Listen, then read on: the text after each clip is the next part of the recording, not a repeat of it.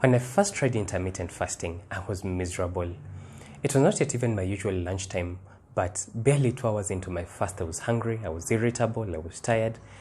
And of course, I did not even manage to get to lunchtime before I went hunting for a snack. And by the end of the day, I concluded that fasting just isn't for me. There are people who maybe have the discipline, they have the willpower to fast, but certainly not me. And right now, it's so different. I can easily knock out an 18-hour fast, a 24-hour fast, without even realizing it. It's where you're like, oh, the last meal I ate was 24 hours ago. And getting to this point has taught me something that most of us can fast. Barring a serious medical issue, a health problem, most of us can fast. Our bodies are adapted to fasting. So you have glucose in your blood that will supply you with energy if you've not eaten for a few hours. Once that glucose runs out, you get more from the glycogen in your liver and in your skeletal muscles. And even if that runs out, you have your fat to supply your body. So most of us can fast. It's just that we often jump too quickly into it. We try fasting for 18 hours on our first try. And that's crazy. You can just push your body into that without any warning. So here's a simple way I've found to, if you want to start fasting without hating it, without getting so hungry you could eat anything, without binge eating afterwards, here's an easy way to start fasting. It's all about getting your body used to sort of starvation slowly. Now, the best intermittent fasting works starting in the morning, because it's an extension of the natural fast most of us already do when we sleep. So when you sleep, you're already fasting for like 8 hours. So missing breakfast is pretty easy for most of us. Now, here's what you do. Start pushing your breakfast 1 hour ahead. You can do this for like 1 week. Now, push your breakfast time 1 or 2 hours ahead. Now, that shouldn't be too hard on you. If you find yourself craving food, you can take that time to exercise, you can read, or you can, just something to fill that time. But it shouldn't be too hard on you. Just push it by 1 or 2 hours. After maybe a week or two, once you've gotten used to that, try pushing it forward again by 3 or 4 hours. Now, of course, this may require changing some routine in your life. For example, instead of eating breakfast at home, you may need to package it and eat it on the way to work or eat it at work. Whatever you do, the goal is to slowly push breakfast forward and get it closer to dinner. Now, just keep going. Don't push it. Don't go too fast. Maybe only increase by 1 hour each week as your body gets used to it. Now, the goal is to get to a point where the time between breakfast and dinner is 8 hours. That's the initial goal. So, for example, let's say you manage to get to a point where you can eat breakfast, you can withstand your hunger pangs until, let's say, noon. That means 8 hours from noon is around 8 p.m.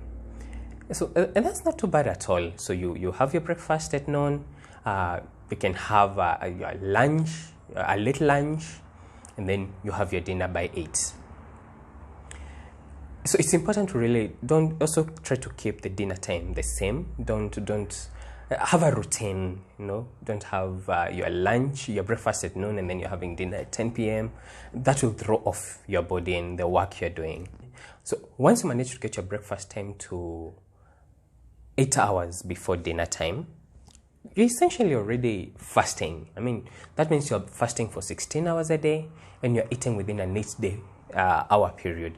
And that's what intermittent fasting is. And it will be a lot easier than you imagine. All the things that you used to feel, the hunger pangs, the fatigue, the headache, they'll disappear, they'll lessen because you've gotten into it slowly. Your body has adapted to it. It'll actually get to a point where the thought of having breakfast is nauseating. You can't imagine having breakfast. Now, the next step once you get there is to drop from 3 meals a day and try 2 meals a day. Now, most likely, by the time you're getting there, you're already having trouble eating 3 meals within that 8-hour period. There's no time for it, so of course, the logistics of it can get a bit crazy.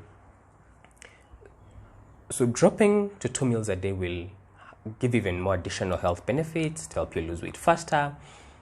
It's great because the truth is most of us eat too much. We eat too much.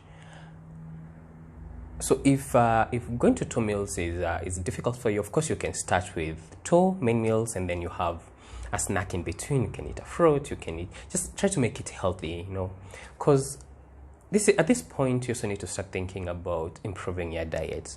In the beginning we don't worry so much about counting calories, about what you are eating. So just try to keep eating whatever you've been eating. The goal is to get into that 8-hour eating period so that you're fasting for 16 hours a day. But once we achieve that, try to now eat a bit healthier than usual. So reduce the processed foods you eat, reduce the amount of starches you are eating, eat more vegetables, eat more plant and animal proteins, eat more healthy fats like avocados and olive oil and nuts. So all that stuff. And what they're going to do is that it makes it so much easier to stick to your fasting routine, because the goal is to make this intermittent fasting a daily thing for the rest of your life. Like, essentially, that is the way we've known that we eat 3 meals a day, morning, midday, and dinner. Now we are changing that. We only eat within an 8-hour period. So eating healthy foods helps prevent the sugar spikes and the crashes that make you crave food and eat unhealthy sugary foods. So 2 changes you're going to make are try to drop to 2 meals a day and eat healthier. Some people might even find they can go OMAD at this point. You can just do with 1 meal a day and you're fine and you're healthy. So it's up to you what you feel you can do, what you feel capable of. Just remember, please, if you have a health problem, a medical issue, talk to your doctor before you make any drastic changes to your diet or your lifestyle. So once you've managed to maintain intermittent fasting, just keep going. The next step is to try a more extended fasting.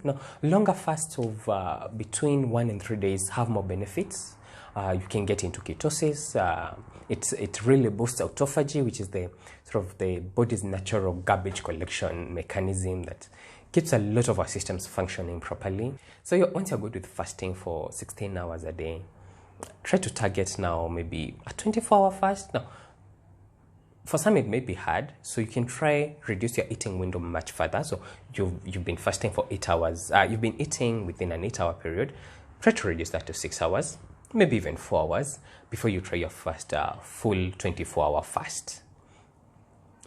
So the 24-hour fast is, of course, not a daily thing, because that would mean you don't eat at all every day. But try to do it once or twice a week. There's even a diet called the ADF, or alternate day fasting, where you only eat every other day. So you fast for 24 hours, eat for 24 hours, fast for 24 hours, and so on. And it's really, really good. Once you've gotten used to the 24-hour fast, you can try maybe a 48-hour fast once every 2 weeks or once a month, and see if you can even do a 72-hour fast.